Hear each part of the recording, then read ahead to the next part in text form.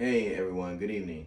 Got a very quick unboxing here. I'm really tired. Been doing a lot of ripping and running today and driving all over the place. So I'm extremely exhausted, but I'm trying to get this review done for you guys real quick.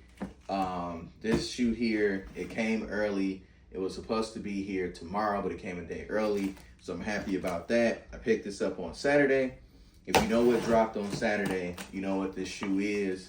It wasn't an instant sellout, and they've restocked it a couple of times over the last few days, but I'm still glad I was able to get it. I had some status cash with JD Sports, so I was able to get $15 off of these. And anytime I'm able to get any Jordan under retail, I'm always happy about that. Kind of like creating your own sale.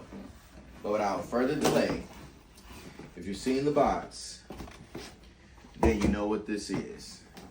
And if you've seen 1,000 other reviews on this shoe and early reviews, you know what it is. So I'm after the fact. I'm not going to pay no $500 for an early shoe and do a review. I'm going to do the review once the shoe get in my hand. But this here is the Jordan 8 Retro. The colors is black, red, flint gray, bright, Concord. And the size is 9.5. And if you know, been following the sneaker community right now, you know exactly what these are. I guess they were kind of moving around a bit doing shipping because the paper has already been moved off of them, so can't pull the paper down because it's already off of them. But you guys can see what this is. This is that Jordan, the Jordan 8. And this here is the Aqua colorway. Grab both shoes out.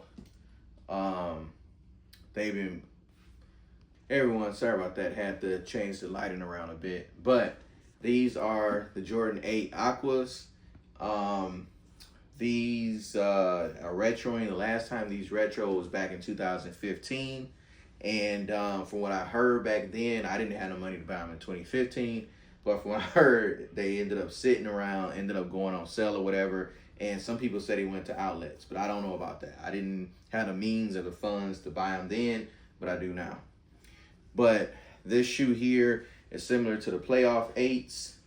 As far as, of course, it's similar because it's the same silhouette, but it's just similar in style, the way how the coloring is. The playoff 8s kind of have the same coloring pattern or blocking, but not the same colors, but just the way this is. But anyway, the thing that's different between this shoe, though, and the playoffs is that this is gray. Playoffs is all black up top.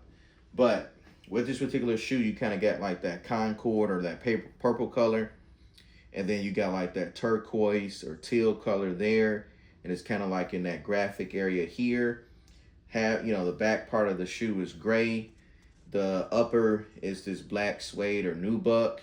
And that gray kind of goes around the tongue.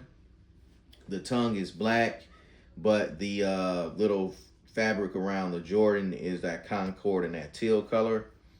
And then under the bottom, you kind of get like that.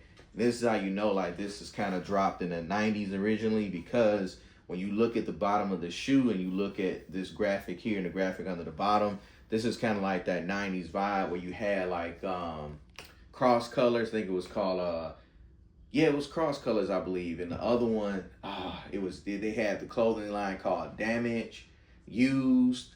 Yeah, it was Used was the clothing line back then, and Cross Colors. But anyway, Cross Colors used to have a lot of pattern in their clothes like this in the 90s. And like Crisscross used to wear their stuff. So just so you know, like I said, I was born in the 80s. So this is just bringing back a lot of memories. I remember when the playoff 8s dropped. I remember when these dropped, and I remember wanting to get these and the playoff 8s so bad, but I couldn't get them. My mother couldn't afford them.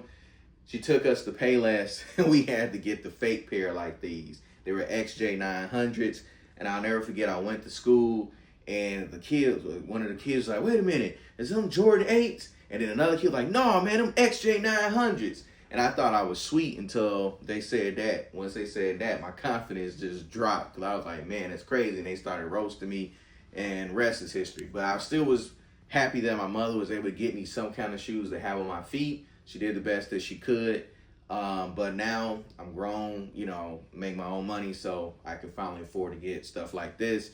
And the thing is, like, sometimes when you're buying these, you're buying them for nostalgia purposes because you couldn't get them, or you're buying them because you did have them, you hooped in them, you ran around as a kid, you beat them up, and now you want another pair. And when you put these on your feet, it just brings back all those memories from your childhood. You know, that's pretty much it for the review here, guys. It's going to be a quick one because I got to get to work.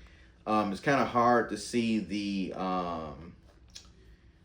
what do you call it? The insole, but the insole is going to be hard because of the sock liner, but the insole has like that teal colorway in it with some of those kind of like crisscross colors in it, or, you know, whatever that clothing line was called. Sorry.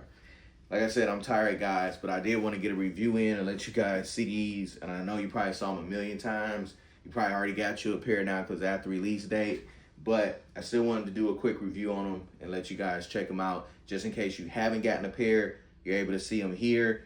And there are still a few places that do have a few straggler pairs or whatever. Some places like, I think JD Sports still has a couple of pairs left. And I think Foot Locker may have a couple of pairs left. And if not, you can probably Google and then find a few boutiques that still have pairs out there. But this was a must cop for me. I had to have it in the collection. This is my third pair of 8s. I got the playoff 8s. I got the collab with, what's the name of the store?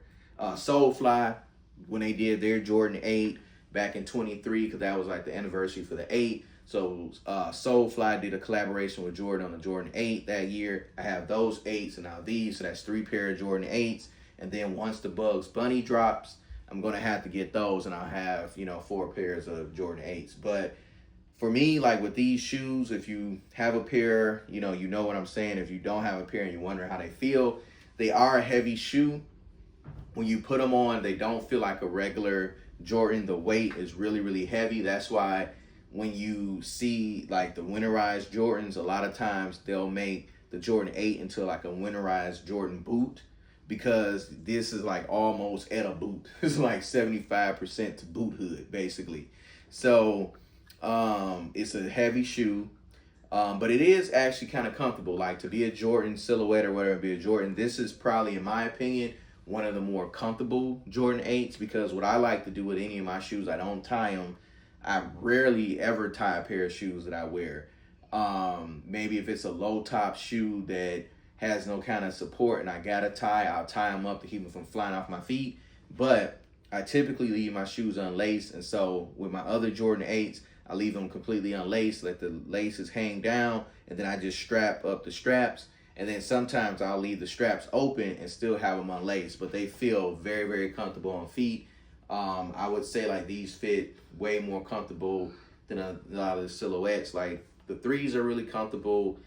Jordan 3s, Jordan 8s are pretty comfortable to me. Some people may not like how these fit or whatever. And one thing I can say is that for some people, sometimes they complain about this part being too snug or whatever. But with the way the shoe fits, you kind of don't want to go up a half a size to try to accommodate that per se. You kind of better off buying them at your true size, wearing them, and kind of letting this part kind of stretch out on its own, because when you put the shoe on, there's going to be plenty of room the long way. Like as far as from back to forth, there's a ton of room in there. So if you go up a half a size, you're going to have a lot of heel slippage, and your shoe's going to be flopping off the back of your feet, and you're going to be looking crazy, and you're going to have to strap them up super tight to keep them from flying all over the place, and they're going to be going back and forth.